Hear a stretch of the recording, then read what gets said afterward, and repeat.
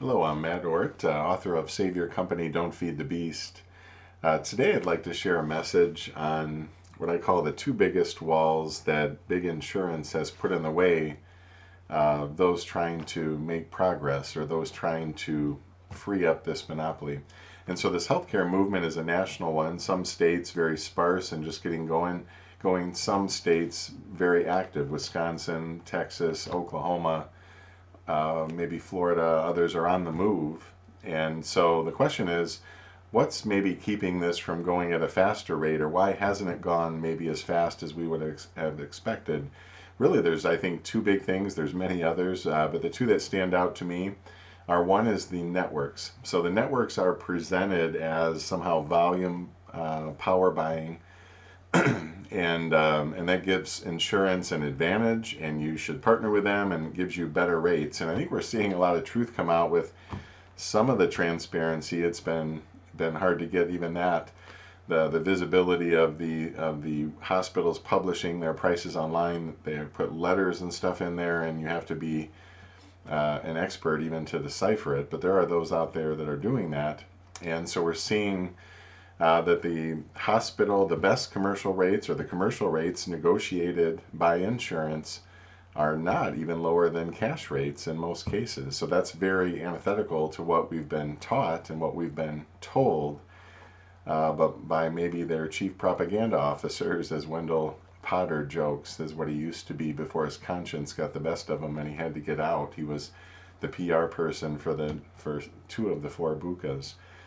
So these networks, so we realize these networks aren't for better prices. So what are they for?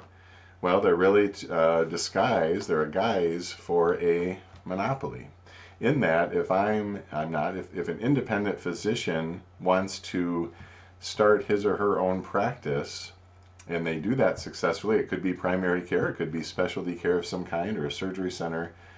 Guess what? They are, when they open, they are out of network of almost every plan in the nation immediately. And so even if they're a quarter of the price and far better quality, they're, as we used to say when we were kids, you're not in the club.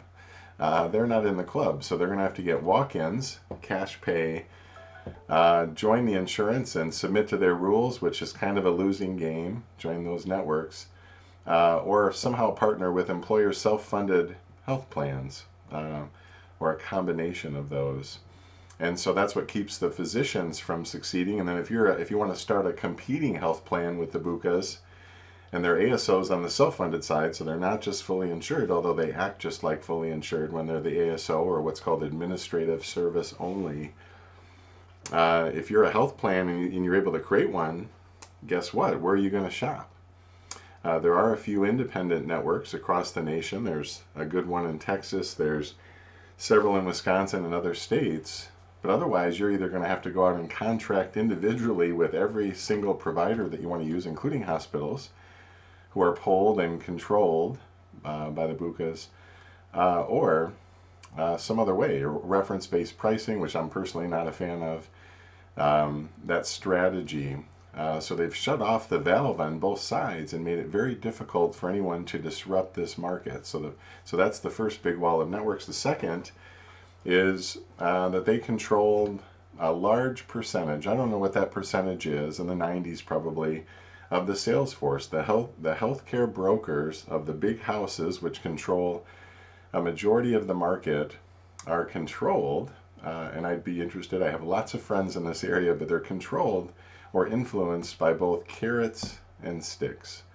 So I've had friends who were reprimanded. I've had friends who were released because they wanted to maybe do things differently for the employer they were representing, and they weren't allowed to because of such big carrots and such big sticks. On the carrot side, we're talking about incentives. We're talking about the employer's money bouncing around. Remember, the only payer in this whole thing is the employer and their employees. So if you think you're getting commissions and someone would say, well, insurance is paying that. No, it's the employer's money just bouncing around. Overrides, retention bonuses, 5-star vacations. There's a long list in my book on this. Those are incentives to say, don't leave us, don't go away from us, we'll pay you very well. Often money the employer's not aware of at all.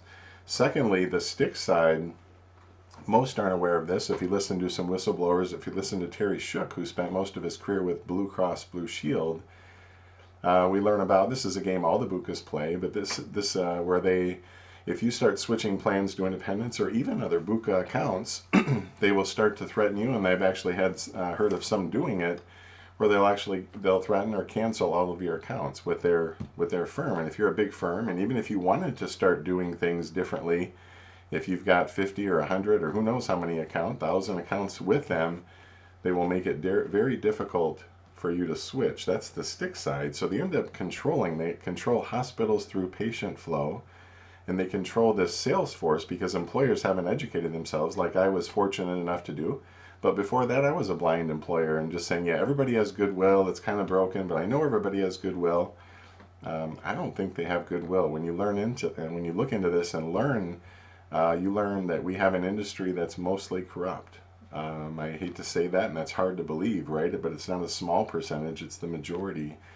And I compliment and I give kudos to anyone who's out there trying to fight the good fight, to do things right, to find win-win situations. That's all I'm really after, is win-win situations. But when we can break through those two walls, and I have and we will, and kudos to all those who are doing it, then we can truly make healthcare better in America, just like it used to be 40 or 50 years ago, before all these games were implemented, and before some of these organizations that used to have trustworthy names are no longer trustworthy at all. So hopefully that's helpful, my friends, but I wanted to share that. I'm seeing this in everyday conversation, and these are the things, if we can overcome these together, and as those in this movement, not fighting each other just for profits. I hope you're in this for more than profits, my friend. There's money to be made in this creation of a new free market, but I hope your passion is about helping people and helping fix this collective American problem. So thanks for your time today, and have a great day.